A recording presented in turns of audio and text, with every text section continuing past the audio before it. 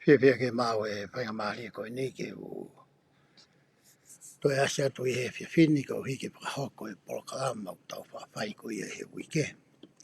Peki mua ke o ate polokalama ko ne aho ni.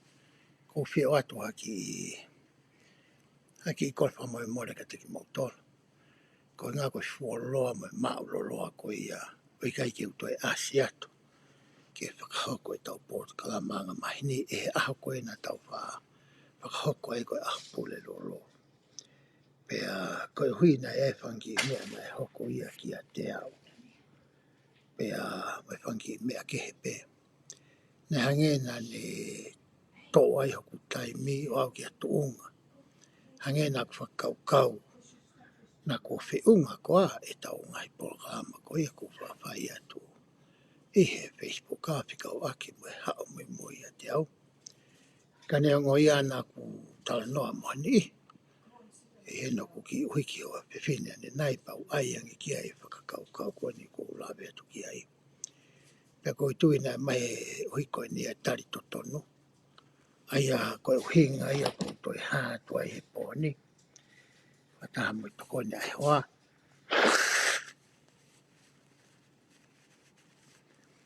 Ka na ngahi uhinga kehe kehe. Ia ngahi uhinga koe uhinga siokita.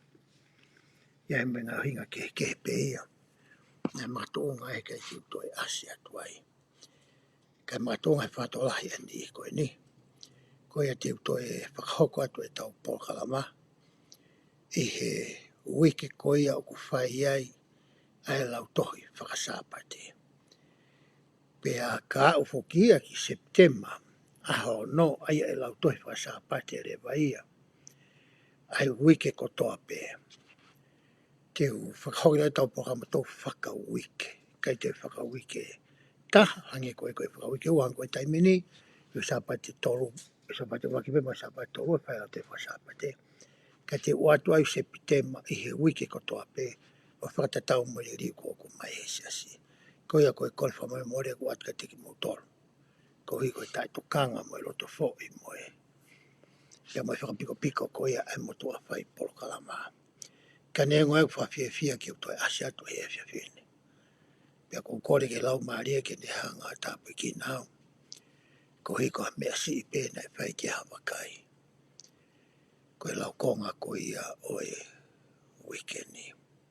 Pea ofa peke ni hanga tāpu ki nā ki koe taimi teke mata ai ki he polokalama koe ni. Ke whanongoa ia. Ke neo atua e lau maari e tatau. Pea mo e ongo tatau ki ke ma. O whilawe i pea mo e lau konga koe ia oi weekendi. I he lau konga koe ia oi weekendi tau. Sio ke tohi koe ia na Raki Samuela wahe tā fitu. Ke wahe tā walu. Wahe ua whaa ke wahe ua no. Pea mo e ua Samuela wahe nima. Ki he wahe no fitu. Aia koe te fito whakao niu. O koe ne hanga o pure i pe tā ke kina i tau lau konga he ngahi wahe koe niu. O ku ai eiki, pe ku ai otua, ai tau. E ka whatotolo koe ia ke historia o e whakawa motua.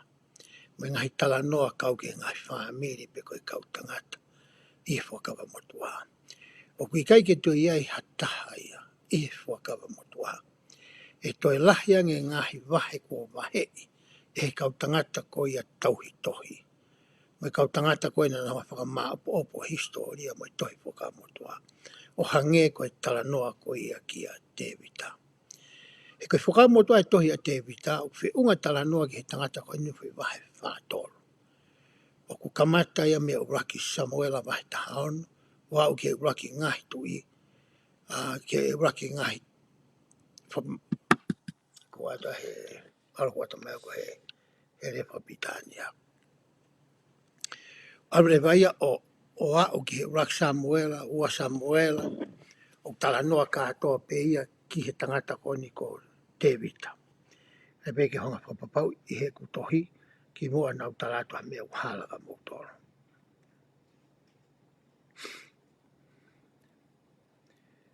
Ai o e tau Samuela, ua Samuela uraki tui.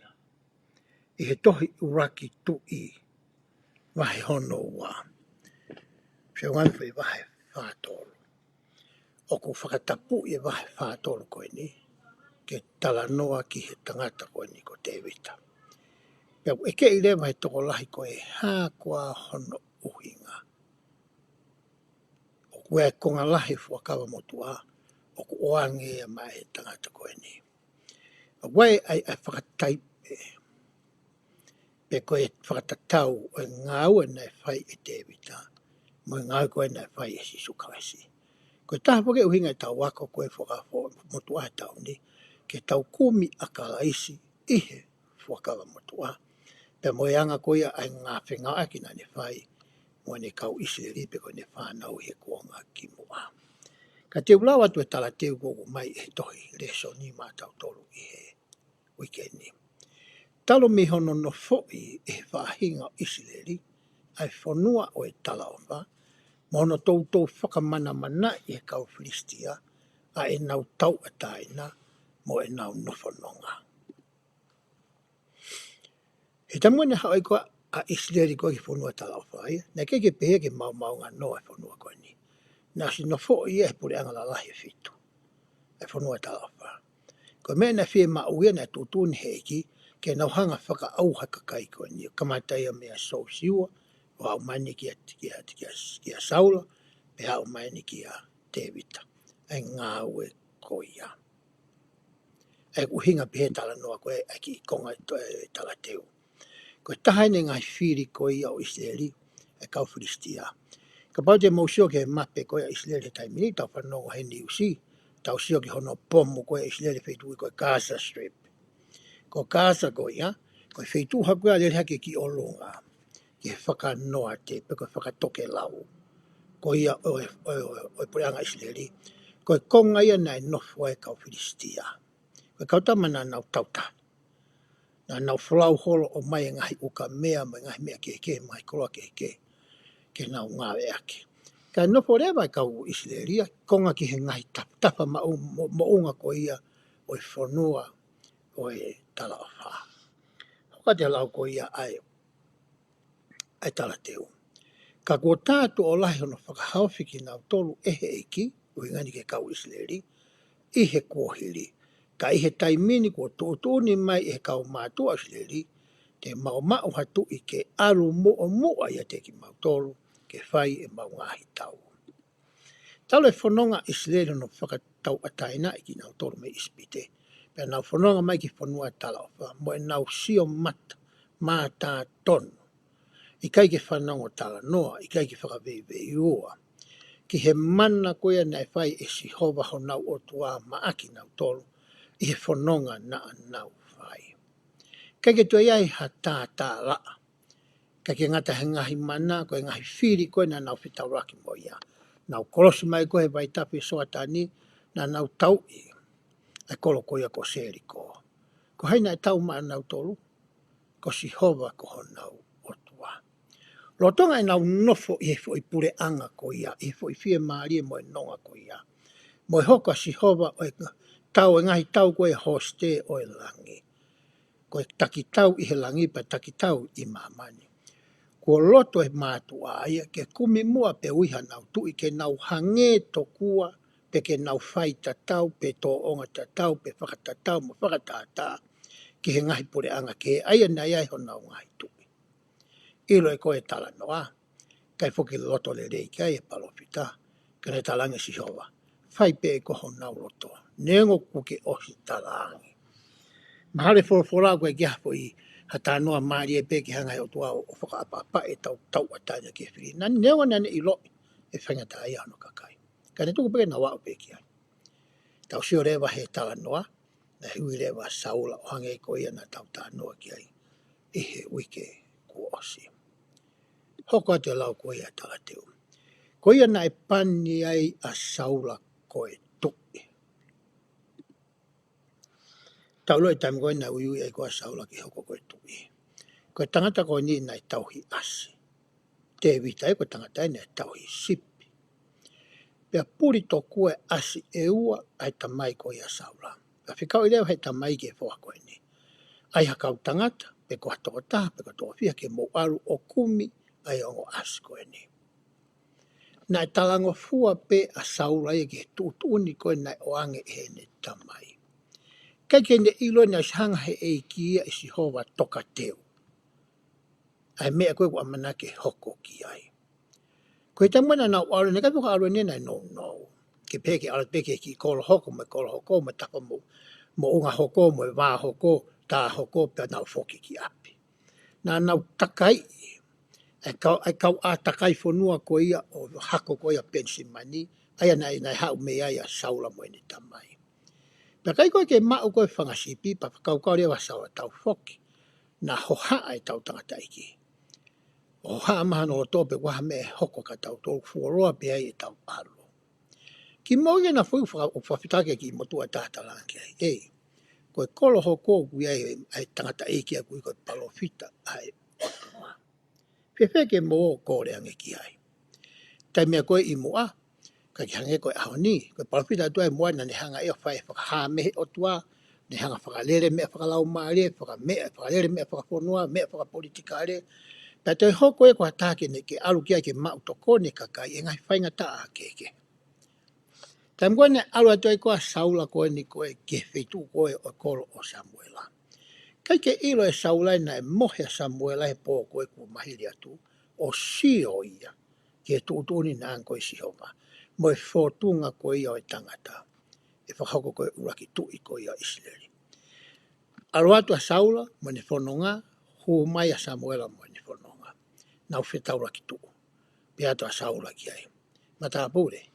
O ke ilo koe api ko ia palofita e otua, talange e saula, e Samuela, ko au ia. Ki mua koe na pitala ki talange si hova ki a saula, koe tā maena.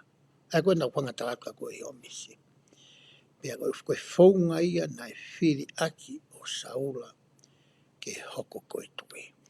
Na kai ke talange e Samuela e saula, whakarere i ho mo ui, ia e aho te ke hoko koe tui. Ika, kai te ke heia, mai whiri koe kau taki o tau siasi, ka whiri a pasen kau mātua, pasen whine off, pasen i kalapalai meiri, pasen young men, young women, whiri koe a koe e pisope, o toko ni.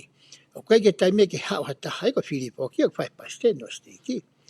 O kai ke hau hata hai o toko ni, koe pasen stiki o tala mai ki a ki tapsinawa, teu he kumei tukuange a Rocky Hamilton, ai ko pisope a aku. Te ke hoko koe koe piso, beka whi mau ke toi ki whakarere i si ingai mea i o maui. Kai ke bea whiria eiki. Toki talaange pia he mō me niti koia. Hange tope kono whiri koe kau pai seno esteiki. Ko hea koe kau taki me o ngā koe ki mahi nau toi mata mate i laloni. Whai koe nau whaka eke mo nau interview, pia talaange he lau maari e ki he tama, koe masi i ana. Koe whonga e nai ngā ke kuahiri, koe whonga ta taupe, o tau ngai aki i he ahone. Hoko te lau ko ia ai, tala teo. Ka he taimine pore tau mai ai ai fu saia niti, whakalifia ko kola ia te ke kau tau a Israeli, nai mana wa he lahi a saula o ange tope ko ene kau tau. Whawhiraki tau tau he tala teo, ki he tala noa maari e ko ia a kia te vita pia mo kola ia te. Ai ku hai e Samuela, wak Samuela, wahe, hono tahe fitu. Ai te tau tala noa ki ai i ahon. Toi hoka te lau ko ia ai tala teo. I aho ko ia na i kai ko saula na ne whakahauwhia Israeli, ka koha tamasi i tau i sipi loto whakatoa ki lalo, ko te vita hono ingoa. Na whie mao ke kakai tokua, ki mao hanau tu i ke alo whai e tau. Ko whi tau ia koe ni ia, ko whi whakasio e tu ia. Kau e tu ia he mana wahe. Taka pai mana wahe taki, ko ha me hoko ke toe ngai kau sotia. Te tau sio ko he taimini, tau i fu tau toria. I he anga tau nofa politikare a honi, ko e commander in chief, ka pau ko nofa i Amerikani. Ko tonga ko e tu i me ngahi. Tu unga ko ia o e pure anga. Ka pau ko mana wahe ai tu i.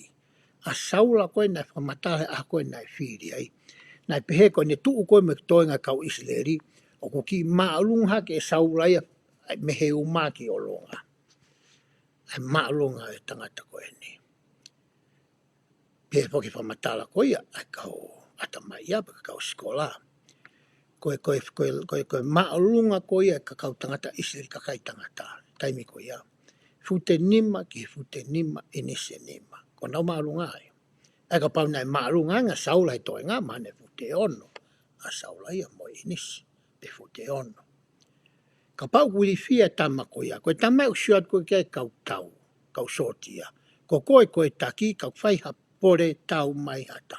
Ko koe tonke ke whafafonga i ki tau tolo. Hoko te lau koia ai tala teo.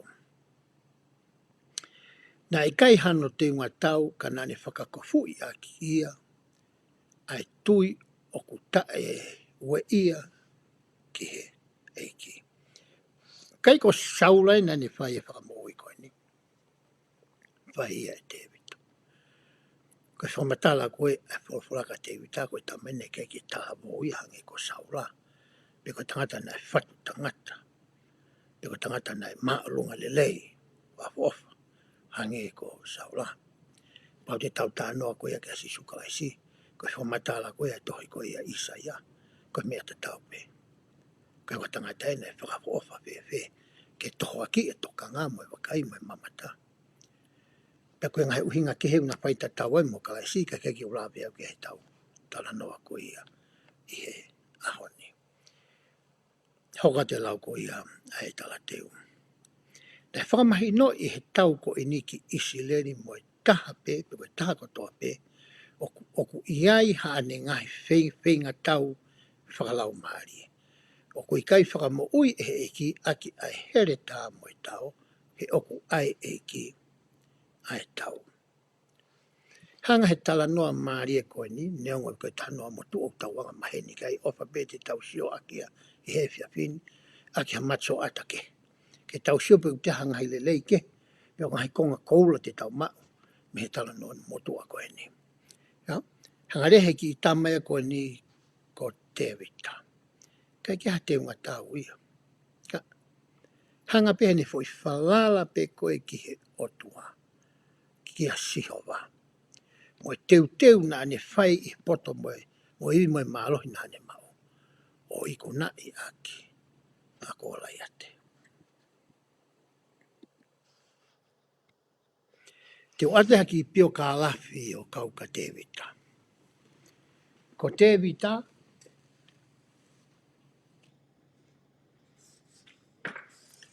ko sisi taha e whanau tangata e toko waru. Whafuafua ko hono maalunga ne fute nima nei pe koe nima ini se wha. Koe tangata ia nei tau hi sipi. Pea lolotonga koe e ne whai e ngā ue tau hi sipi. Tau ripeto na tula o tau sipi. Tai puna u alo e mai whanga sipi ke wheitu koe whe mau ke nau alo ki ai. O kulahi apito e taimi o tangata tau hi sipi. Lotonga ne tari koe ki toi whakapoki mai whanga sipi. Pea ku nau mohea na toka mahe aho e taha. Pena keki hanga e te vita whakamoreki noa ia. Ai taimi koe ia. Nā ne ako ai e tā mea. Pea koe mea rea nā ne tā ai koe haape. Poto au pito. O au ke he tuunga. O kai ke toi area ha tahaia mo te vita i Isileli kotoa. He mea koe tā haape. Hanga pe koe tausio he ahoni tausio ke mala e whaikawa. Pia kau tangata tā mea hai tausio ke mala e pop music. Tausio ke ngai musika ke. Ai reggae mo ya. Wai kau tangata i loa ai. Nā nau hanga o whamoreki ha taimi lahi. Ke nau hanga e o ako. Ke nau te hanga whaile. Whakatontonu whakalahi. Whakalelei e ngahi mea ko ia ki ha tuunga. O kulawa ke tau ui e kau tangata koe kau tangata matao tau. Ko kau tangata make. E mea koe kunau whai. I kai toi ngātai. Sia po ke tangata pau pōria sio ke ngahi whetu u.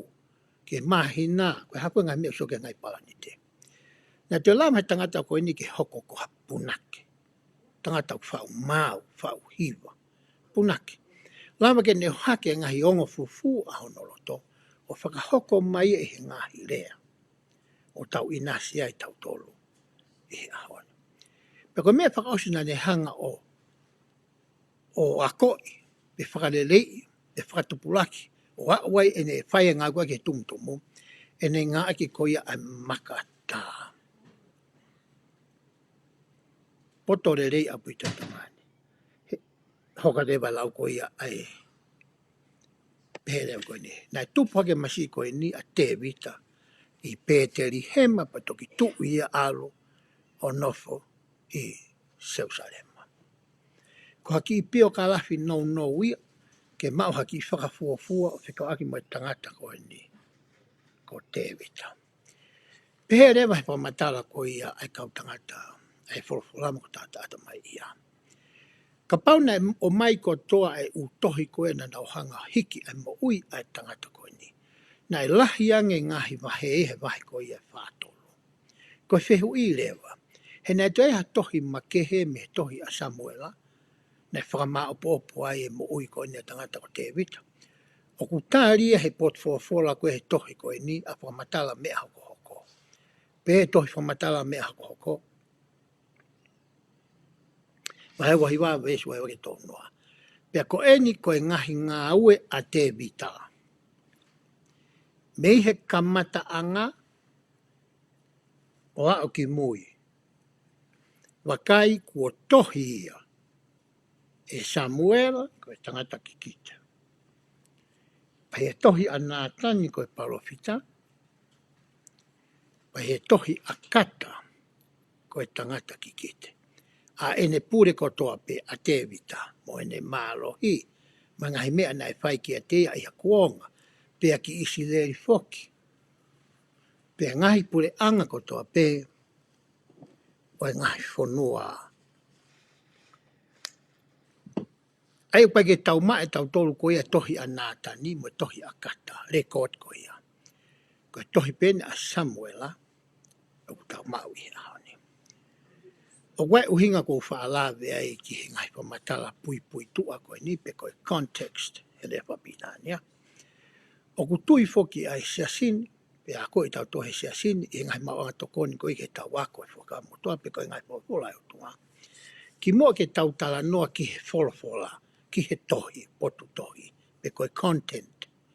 Whe maa ke tanga tolo mahi no ai context, pe ko pui tua. E lawa e tokoni ka tau tolu, ke ni hanga whakamaa opo pe tā ke kina e tau whakakaukau mo tau ata mai mo tau roto, ke me mau ha i misi, o e mea ko ia o hoko i he tala noa o e whopula. Koe te tau lawe rewa ki he whakakaukau, te toi whakaukau uru aki. Pea i he wiku o sina ku whai ako ai i he klas pure tapu koe ho mawoti, ai ko whatongi ho mawoti, koe whai hiwa, whai ako he pure tapu, pea toi whai ako i he lau toi whakasapate. Pea nā ku hako pefu i whakaukau pe taha, i he resoni pure tapu i he wiku o si. Keo whakangāngange ki he miniti koe ai wanima kua manake tau hoko atu ki ai i sepitema ahono. Pea ka pau o whanongo hene haka u whai ako i he polkama i whiapini. Ko tui koe toenga u sāpate koe ni, ko ha sāpate le ia ke hanga o practice i ai, pete ke ahi i ai. Ai ki fok a mite wanima, ke au koe ki sāpate ahono sune, ko ke osi tau kei koe, ke poto i koe. I hono whakahoko a minite wanima. Pa nau siore ki whainu no koe na mai sa sihiri li koe ni, na pere whamatai. Neongo ku tolu, pe wha, pe nima, pe ono, ngai whakakaukau o mai, pe ngai te toi tuka atari ne. Koe whatongia o whai ako, ke ne lotua, pe koe hae te toi tuka atari ne, e taha mea koe toa koe ni, o whie mau tahe kalasi, pe a nofo pe ai, a ene whai ako. Koe he whiawhini kou to'o mai e ua, ka pai osi peho tau taimi he taha, koe ne osi e tau pokalam koe ne e whiawhini. Pe a katoe, te tau hoko rea ki te tau whakaukau tau anoa. Te tau whakaukau ura ki pehene.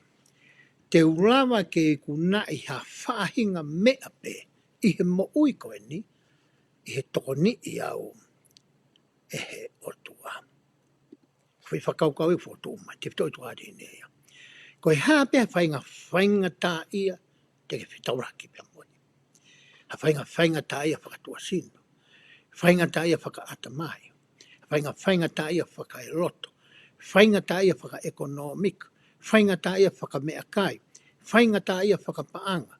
Pe whainga tā ia whakalau maarie. Koe hapea whaingata ia.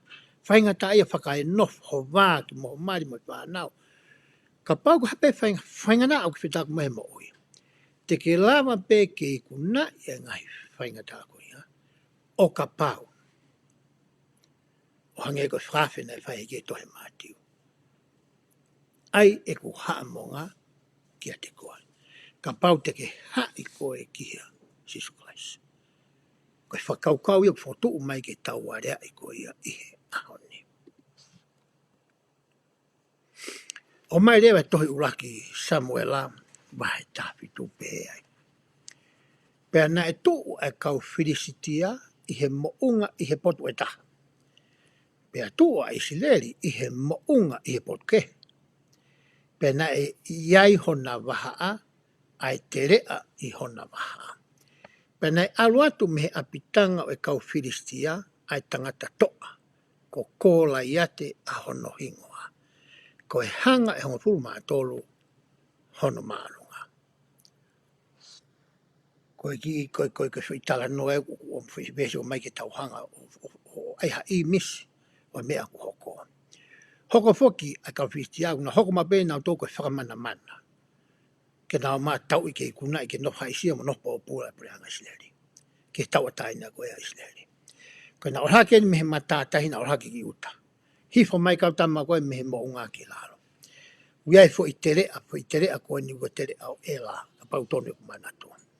Israeli me whaha i koe, whakahake, pea ko Christiare whai whakahifo. A nau waha a rewa, ai tere a koe ni. Makoutu i pia maha wau ki mapiki ai koe. No whakau tama koe whaha i koe, no whakau tama koe whaha i koe. Pea nau whanongo ai koe, pea nau sio, ki he tangata koe ni ko kōla iate. Kai ke o mai whamatare ka saula e maa o lunga saula. Kai ke maa whamatare ka te wita, e maa o lunga te wita.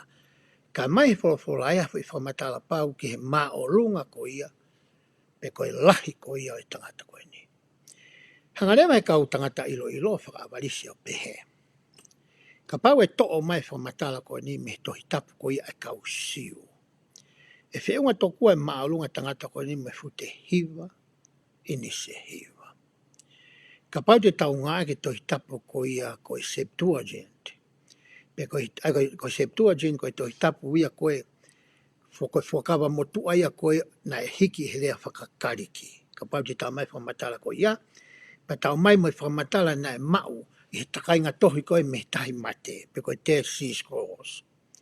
Pe he na wai na fute ono ni se nima ke ni se ono. Ai maalunga ko ia o kōla ia te. Koe whepe tohi te ke ngāo e ki, mai peko tangata ania na e lahi, tangata lahi. Ai tangata wan ko kōla ia te. Hoka te lau ko ia ai vesi. Ka pau o ku mawhai e ia ke matau mo au, koe pore tau ia. Pea ne tā mate i au. Pe he te mau hoko ko ho mou kau tamai o eiki. Pe ka pau te umalohi au kia te ia, pau tam te e au e tam ho Isileri wai ke matau. Te mou hoko, koe kau, koe mau kau tamai o eiki, pa te mou tauhi kia te ki mau tōru, kia te ki mau tōru. Koe tau kou tawanga mahe ne tau rau koe whawhora, moi tau sio he utohi, mai hafu tau sio whaiva. Koe nau pehe me peko e kau tau whetau raki, tau tamati, katoa kau sotia. Lahi lewa ngahi mo i ku more, la vea. Whaingata ai hoko ia ki heongo whaha i loua. O wai taime ni hi, whilotoloto i lewa ngo whaha ia ki o mai tokua Hasem Pione. Ko fwoi lea whokia ngā ke lea whapita pua tangata toa. Whafonga i mahe tamata whaha i koe, whafonga i mahe tamata whaha i koe. Pa ko hai e mālohi koe i anawa, koe osia e tau, fo i kau tama koe, mālohi e kau tama koe. Koe me e koe na sio koe ki ai ngo api tangatau e ua koe ni. O se mahina kau Filistia koe fu, sai e niti koe ni. Fai e ne pore tau. Hoka te lau koe ia, ai vesi. Pena unu mai tangata Filistia i he pongi mo e fiafi, o ne whakahai he aho whango fulu. aho whānoa. Whai pe mea tatau, whakamatari a Isileri, mā pepe ko kape atu ki Isileri. Tala ka pau koe, kau tau mo tolu ai o tua, tau hoa iha mo rau koe kakai makehe, kakai whiri mo tolu, mo tui o tua, wako i mo tolu. Ko hea mea ko mo i whii ai. Ko tama whakine ko whistia, kai i kau i hako whiri, kai i kau i hako e palahame. Ko kau tae ka muen tapang me tau pitano aki, ai ko hae whorpora. Ko hea mea e lawai e kakai koe ni ke nau o mai ke i kunai. Ai kakai ia o kunau whiohi mo si homa. Ai kakai ku hoko si homa ko honau o tua. Whakaukau aho e whanoa mo he tau whanongo ke mea tatau. Mo e tau sio ke fu i misi o e siana tatau. Whamata e poke te unga tau e siana e pene paune te au anima. Ai tata, koe ne tau na ne ngau e aki, koe pā, si whatawhata, ko mea ai malu e wae, ngai mea whakakau tau ko ia paune te au anima. Nau sio ke fui aho whanoa hoko hoko. Hoka te lau koe vesi. Pea he whanonga a sau, he whanongo a saula mo isieri ko toa peke ngai rea koe a tangata Pristia. Na nau ili mana wahe mo ili fialahi. Aho e whanau me nau whanonga pea fui tepi, fusi pika pe, whakarea mai pe polo on, whakarea mai pe. Ka mata rewa ke hanga he fui tangata koe ni, o ne hanga ia fuhui whaka ata mai pe whaka saikolosi ai. E kau Israeli. Ka pauna e pehe fōwhorana e mana wahe pe kau tau. Ka mata mana wahe ia me he taki. Me a saula. Ai tui, ai eiki tau, ai commander in chief. Ko iau ka mata e neri fia mo ne mana wahe. Ko hana me hoke kau tau. Ka pai mana wahe ai eiki tau, pe koe taki, e mana wahe ai pe toenga. Ka pai lotosi ie, e lotosi ie ai pe. Me pe ke mui e kau taki, a kau ngā we ke taki. Ko mea nai hoko koe i he taimi koe, ni whengai ke mai fo i misi. Kau tau mei he, sumahi noani ka ke whahtau, koe pore tau, whi mai pe toko wake na whawhungai. O sumahi ai toa ia koe ni o kau whita. Koe toa ni ka kumi hata, ka atoa e kau tau koe ni, pe koe toko whiha afe na i ai. Mate ka atoa heiri whia. Vene tokua koe leo whai toa motu. Ngauri whia te woro na toki siana koe ni. Hoka te lau ko ia vesi. Pea nau kei tala noa wakai nai aluhake ai futoa koe tangata Pristia o kati, ko laito no hingoa, me he ngahi tau o kau Pristia, pea nai rea i o whatatau ke ne ngai rea koe ki mua ai whanoa. Pea nai whanongo ki ai a tevita. O tonga koe ni, whikau rewa he tangata iki ka tevita, aluma mea kai. Awe ki o whangatau ke te toko tolu ko ia, a ia o ko nau ihe tau, mala e tau. Kau tamalalahia na e iai, kau na tohe ko he tau ko a tau a saula. Tange tangata iki, alu mo mea kai ko ni ka na to. Pana kai ki tui au ia, na whakafuafua pe mea toko ni na e awe, ki foi tōtolu pe. Kou tui na awe ke lahi ke ina siai mua ni ke. Lo tonga koe hono e whai koe kai, ilo koe a kau tangata ko ni kau sotia. To e huu mai tangata koe ni a kola te whai. Whanongo atu a te vita e kia. Ka whitala noa maaria koe vesa fōwhora. Whanongo atu a te vita e kia rea masi. Ke pore tau koe a masi. Hoka te lau koe vesi. Pea na e rea a te vita ki hene kau tangata na e tu i ai o pehe. Ko e ha e whai ki he tangata o kune tāmatei ai Filistia koe ni. Pea awe ke mamao ai manuki me Isileri. Si o te vita ki he tuunga whakalau maari e kou to tonu ke ia ia Isileri, mo e tuunga whakalau maari e kou tonu ke ia ia kau Filistia. Si o te vita ia ko hae o tua ulotu kia Isileri, ko hae o tua ulotu kia kau Filistia. O tua rau kau Filistia ue ko motua ko o tua ko tāgon, ko hingoe o tua. Ko mea nes ilo lele e te vita ko o tua mo uie, o tua tamapuae. Ko hingai na e toai fo irea koea mea te vita pehe. Ke ave ai manuki koe ni me Isileri. Hangenia ko pehe matapure koe ni o ku saiange ho nau otua o nau toluia. I he otua koe au tui mo lotu ki ai a Isileri. Pe hoko te lawe si pane pehe. He ko hai ai Filistia tae ka moni. Ko i ke tuo ia o luki ki he ngahi kautau ai o tua mo'oi. Na ilo i lelei e te wita ko e eiki tau o e kautau Israeli, ko si hova ko eiki tau o e ngahi konga hoste ko ia i he langi. Ko eiki tau i he kautau o e langi, ko eiki tau i he kautau ko ia Israeli. Ko hai lewa ha kautau tento e hanga whakau o wai, whakawhepaki, e whakawhe ātungia, ai tau ko ia o ku taki tau ai ko ia a Sihova.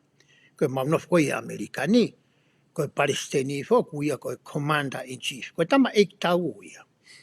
Ko e kune whai ko e tuu ni. O whika aku me ngahi mea whakakau tau ko ia. Ai whanuani neong whi mau. Ke fōu ia e ngahi. Kulupu ke ko ia o e pure anga. Ko e mena e ongo i koe e te vita. Nā ne laukau aki a hono Isileri. Nā ne laukau aki ai o tuan ai tuiki ai. Ko hai e tangata koe ni. Ke ne hau. Ke ne whakalumo lumai. Ai o tua koe au tau tuiki ai. Hoko te lau koe vesi. Pena e whanonga i la iape, ko hono tau ke te ne rea ke ne kautangata. Pena e tupu ai ita i la iape ke te vita pepe ia. Ko i ha, nā ke hau ai ki he ni. Pea ko ke tuku kia a hai a whangasipi, he toa wha. O ko ilo ho o fie lahi, mo e kovi lahi aholoto, he ko ke hau ki he ni ko e hui ke mamata ki he tau. Ko mena hoko koe ki he tau kete ko ia o te vita, hane whanong koe ki he rea nai whai e te vita. Nai loto mamahi e tangata koe ni. Ko pia na ngahi huinga ki he ke nai loto mamahi e tama koe ni. Uruaki, nai toton ke tai mea ki laro. Ko hono uhinga u te keke kauia he soti ia, hange ko ia mo hono o tau ke mono o te hina toko ua. Te keke kauia ha tau tua taha. Keke ne ilaha mea taha mātea whika aki moe. Moe anga whaunga koe whakahoko aki ai tau. Hanga te mahana ne mai e a te vita. Whakauka e tate tau la wasi o ki ai. Ko hinga koe ki ilahi o te vita. Tu i whasau lau ki reka te vita e. Tamu koe tau koe ni, pehe whamata koe tau he was a lad. Koe ki talavou pe hanga ki young men ni koe ngahi woti. A tau motua koe o te vita. Siat koe masi iki ai. Ngai ku maa a ila yape. Ko sio ke hanga koe o whamiri na uhau me ai. Lahe ngai hunga ke he nai maa ila yape. Kai ke ne hanga uhinga nai lea pehe a te vita. Ko hinga koe tunga whakalau maaria koe nai a te vita. Mo te teu whakalau maaria koe nai ne whai whakaaho. Na e kehe au pito ia me tau kete koe ni. Haka pai tau sio ke ahoni. Tau no whamiri koe tau ngahi. Tokoua, tau kete, ato whawhine. O waipeni ia tau tōku ma teu whakalau maaria, ma teu whakaata mai, ma teu whakapaanga, ma teu whakaeloto, ma teu he mea kotoa pe. Pea eke i tokua he toenga whamiri, ko hau inga pea pe he masi. Ko no hinga he na e teu ia ki ai, o au ki he tuunga, o ne hanga whakatupulaki hono wāwhe tuutaki moe otua, o ne ilo ina maka tuunga e ne lawa ngahi mea koe ni, ko hina e ngā ue whakataha ia, pea moe otua. Hoka te lau koe vesi. Pea na e rea a te vita ki a saura, at whaka te vita ki a saura, whanau whaka saura, ki he tala noa koe ni ke ki tama. Oua na ai rifia ai loto o hatangata ko i uhi koia, ko i ngā ia, ki a ko lai ate. Ko ho tama e ki ko au, te alo o taui ai Filistia koe ni. Te whito e tau reso ni te tui whakaukau koe o tau tānoa ke upihe. Te ke lava pe e koe pia maua whaia whahinga mea i he maui koe ni, o ka pau te ta ngāu e whakataha pia moe otua. Ko hinga na rea pehea ia te vita. Tanga te vita e ka saura. O te ke tonga, o te ke tāla, o te ke tokango ki ai. Pe te ke hoa ki ai. Te uarua o whakahoko ai tau koe ni. Tonge mahinu e ka saura. he nā tau sio nai tai me mo ia saula nai ki kite tokua saula. Na ne whai ngahi ngāwe lawa mea lai. Ka uhi he nai tokonia e ki pe o si hova kia te ia. Ka au mai ki hao ni foko ke he mo uia a saula. Ko mea nai rea foke a si hova kia Samuela. Ko to'o ai pure angani mea saula. Foi mea la lahi ua nani whai kai ki tue tāno au ki ai. Foi talanga taa koe nai whai ko ia. E saula o more ai. Aho no pure anga. Ate ki tangata koe ni, ki tamasi, ki young men koe ni, ki tautupu koe ni, ki reka koe ni. O ni whakahoko ai tala noa koe ni ki he tui. Hoka te lai vesi. Penai pehe e saula ki a te vita. O kui kai teke mawhai ke alu o tuu hake o tau ia Kristiani. He koe tamasi i pe a koe ia. Ka koe tangata tau pe ia talu ni keisi. Sio saula ki ai, sio ke tonga ne kau sotia, sio ka te vita, sio ka kola ia te. Ko kola ia te ia, koe tangata ia, mahalo pepe nai, tau peka pa tau ai ke tunga whakakau tau e aho ni. Pe nai sātini, pe kapteni, pe lafitani, pe ke, koe buhai tunga. Kana e talu e whai e saula ia, kola ia te mea koe ni mene keisi. O aruhake no fu tangata koe ni. Koe mea pore ai i hono i vi mono malohi, he kune pehe ia kua poto mo tau kei hono whai e mea koe ni. Hangarewa e saula whakahoa te vita, pia mo kola e. Ko hinga ne toa tua ai fola ko ia me tui. Whakatatau mo i tuunga koe o ke ia i te vita, mo i tuunga ko ia o ku iai a kola ia te. Ko tui he kai ke ola le lei, ai whenga tau koe ni. Hoka te lau koe vesi. Pehange te vita ia ki he tui. Ka nā kuturi ia i tua o tā ia pau whamo ui me hono ngutu, pe ne tuu ki orunga ki a te au nā kupuke i hono kapakau, hono whakapau, pe a tā ia o tāmate.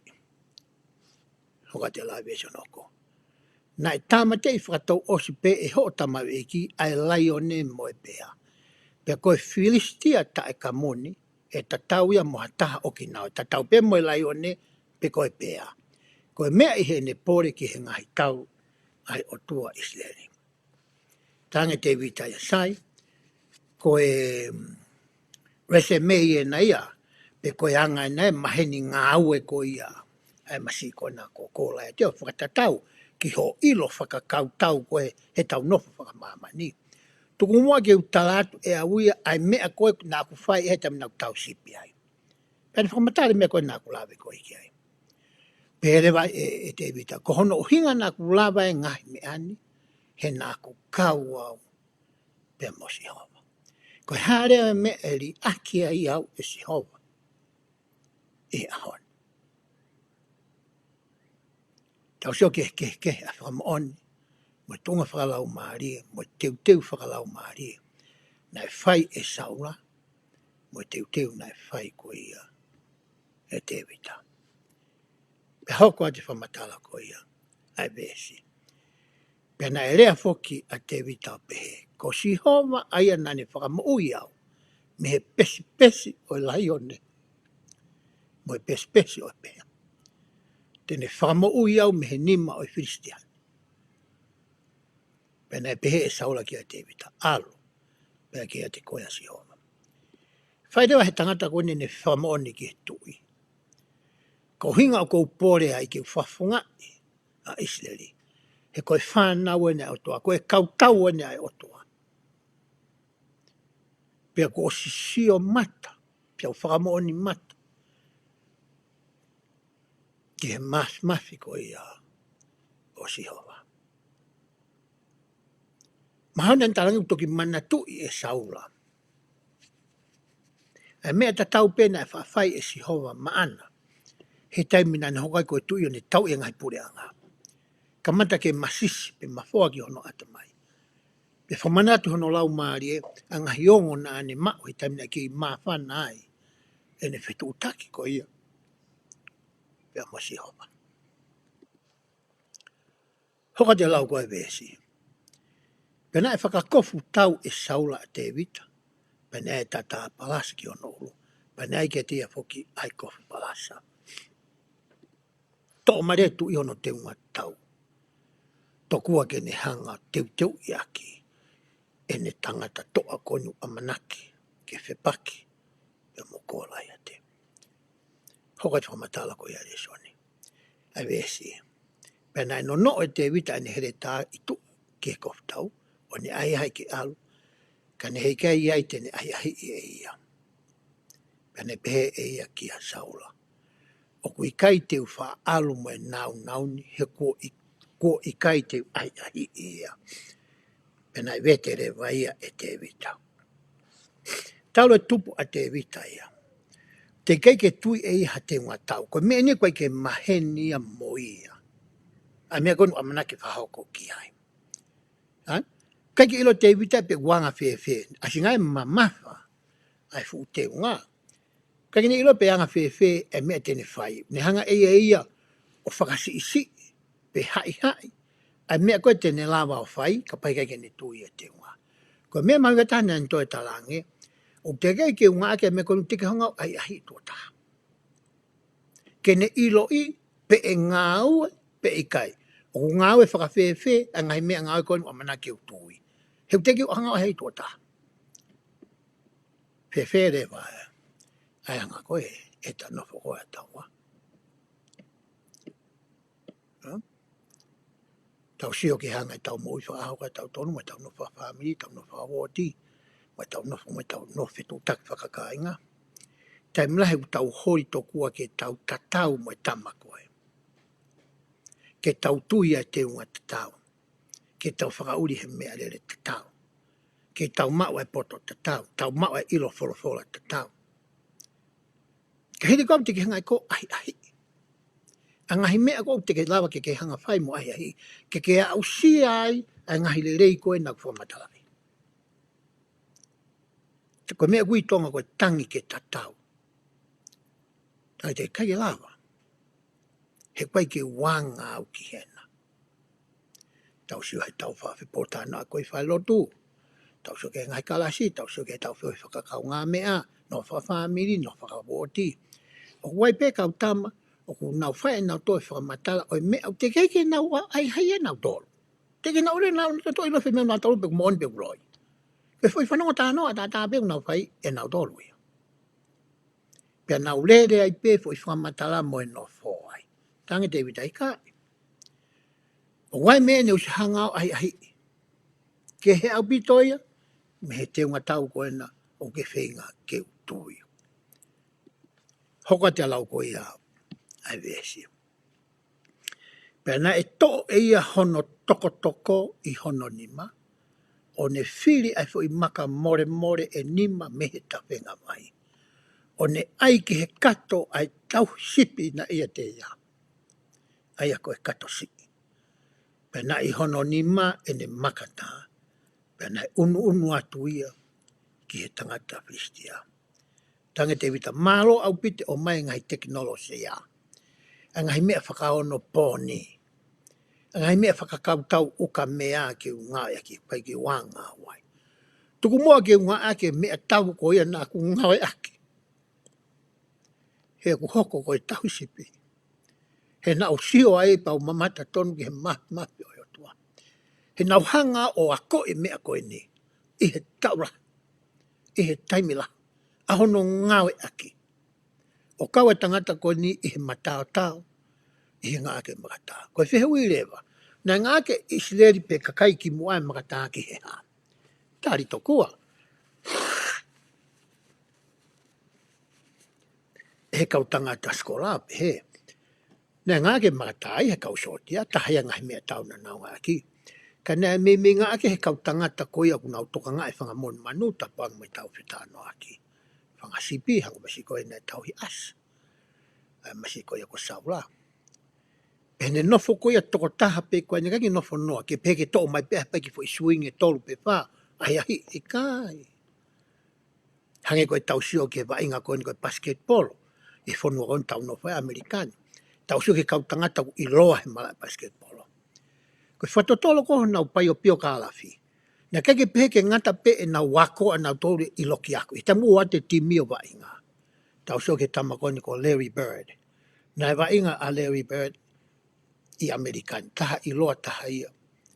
A Larry Bird he wainga basketball. Pehe tangata koe ni ia. Na ne whakamore ke hoa lahi au pito. Tōtaha pe iai pe.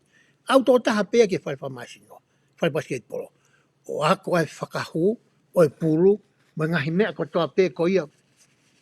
O whilawe I moe wainga koe ni. Koe mena I loa ai ai tangata koe ni. Tau sio ke mala e tenisi. Ia e kau tangata I hono kuonga. Pehe te vita tuku mua ke ngau aki. Ai mea tau ko ia. O ko wanga maheni moia. Pane to'o marifo I maka hamore more e nima. Ai ke kato. O sianga ai ki ai. O to me tiki pe. Hoko pe koe konga hono sino. Mo hono uo wā. Pane to'o atu ne makata. Pe hoka te lauka e vesi. Pe ilo aki. Pe ilo pe sofaki a tangata Filistia. O ne mamata ki e te vita. Na ne manuku ki e te ia. He na I kei tamasi I pe ia. Pea toto pea mata le lei hono mata. Fa matala fo koi tau su papa. Maha koe lea tonga mo totonu ego papa. Papa hono mata. Koe tau sipi. He la a. Mo po uri. I he haviri. I he sinou. I he awha koe uha. Paha mata tangata koe ni. Ko sio koe e toa koe ni kau Filistia. Hoka te lai vesi. Pena e pehe te vita ki he tangata Filistia. O kuke hau kia te au aki ai here tā, mo e tau, pia mo e pā.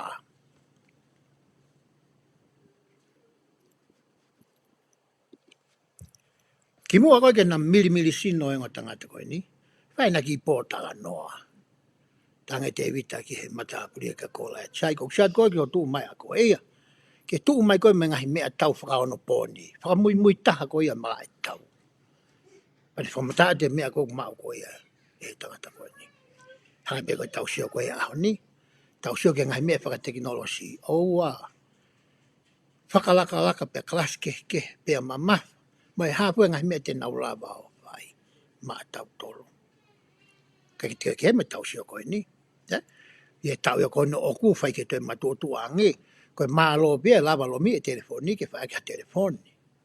Mo ki sio ke Facebook ka mahalo, a koe ne ospana koe ia, koe ne osi ia. Kaki te ila matuole pe kuwhewhe I koha no ai telefoni. Ai to ton bege mai pea mau ki Filiponi ia mau tolo. Ko mea na talange koe e te vita ke tangata.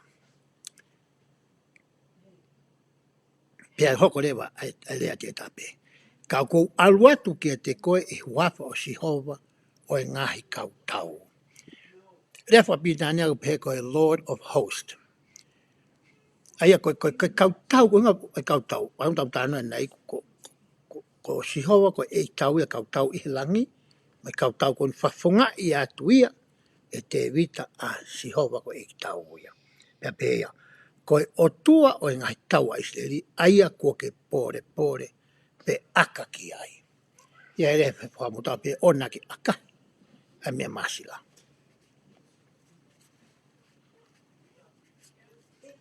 Aia kuro tonga whaia e he tangata koe ni. Pistia koe ni aka ia. Ke mea masila.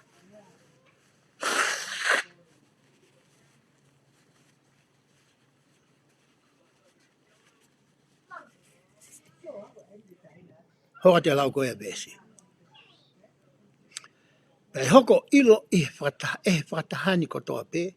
O kui kai whakamoui e Sihova aki a here tā mo e tau. He ku a Sihova ai tau. Pei te tuku aki mutolu. Ki ho maunima. Ki ho maunima. Pei hui rea ko o ku a Sihova ai tau. Ai to o me iai a te whito whakao niu ko ia. O e lau konga I puikeni. Na ilo I whakapapau e te vita. Ko Sihova ia o kuna kau. Ko hono pai lea e wholau pehe. Ai kia te koe ai te unga tau kakato. O maa oni oni. ai a sifa oi moi pā oi tui sifa whata mā ono ni no ki konga roto mo ni na tui atu e te vita ia ai te unga tau kakato ko ia ai o tua tui mai he masi e taha ai te unga tau kakato ko ia mamani me uta waka ko me tā no ko ni hoka te lau ko ia ko e ai e vesi pena ko pe tu hake tangata fistia pe hau ke unu mai ki ke whawhitaura ki te ne whai wawe a te vita o lere atu ke whutau ke whawhitaura ki atu ki he Filistia. Kei te whakamamari a te vita. Mahino po mea te vita ne waru atu. He nane i loi o ko kau moe otua. Ko ia ko mea ngā ue pe ia e he awhinima mo i tau kupo e otua ke ne whakahoko e palani mo i tau mua a maf ko e otua ke ne whanau. Lere atu. O te tau sue aone he tau mai ngā konu tau whai. Tau whaha tau fua tau ngai whatongi hapa e pere tau fua. Tau hangai tau whai. Hange pe kou whakatau pi ko i pe. Hange pe kou toho pe ho tau wae. Hange pe kou whakaatua tuai pe laka atu. Kai ke pēa te vitai. Ko ni mahino pe kou ke mea ko e aru atu ia. Whakawawe ke whai e ngā ue ai otua.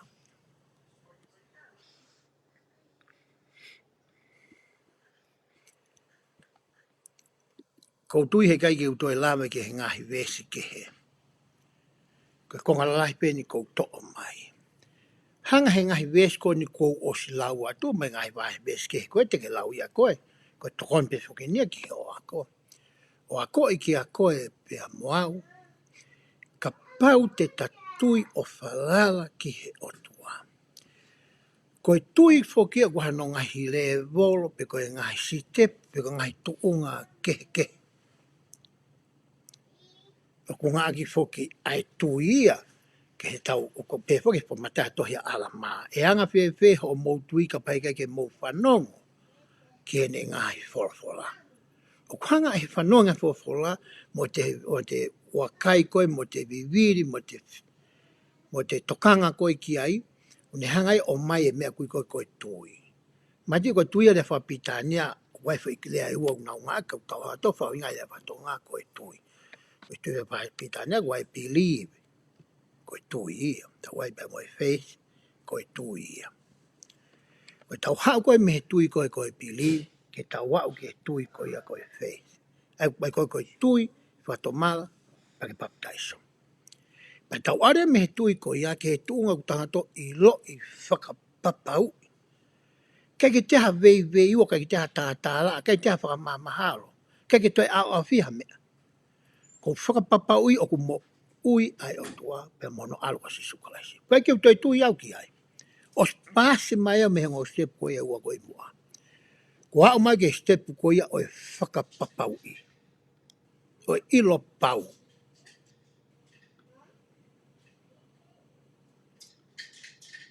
Koe mea nea koe ki a tewi. Hare mea nea a tewi ke tunga koe ia. He nane whakamoreki a hono taimi. Ke ne teu i whakalau maari e ia. Ke lava ke whiunga hono wā whetutaki moe o tua.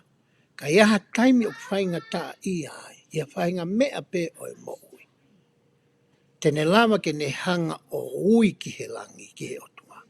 Whakaawa ngahi matapa. Pea o mai e he o tua hatokoni whakalangi.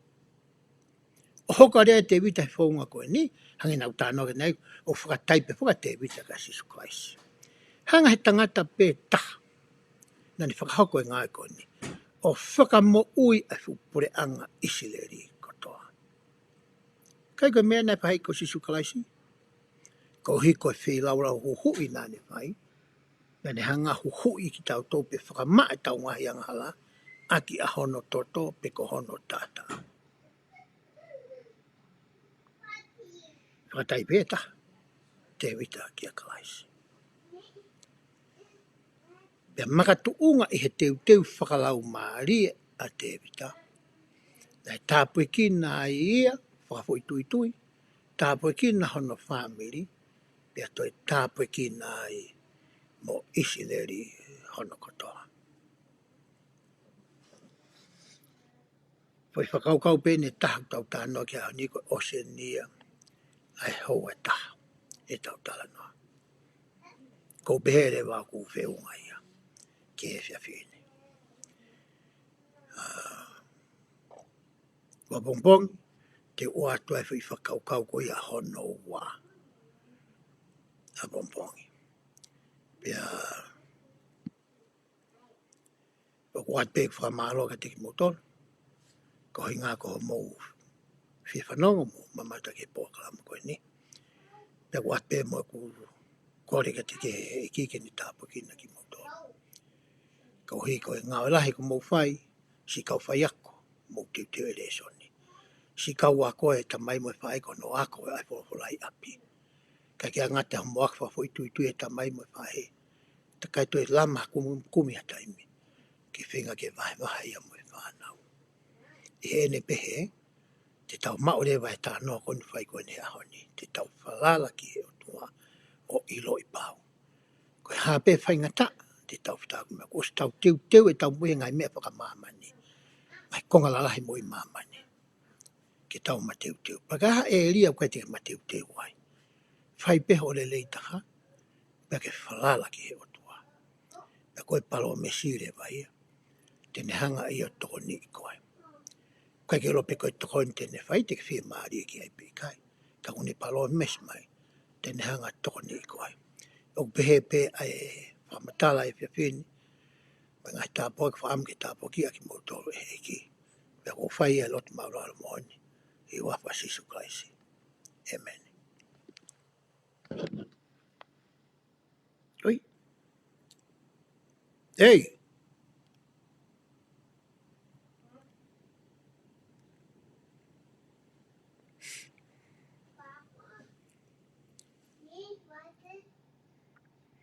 Hey. Bebe.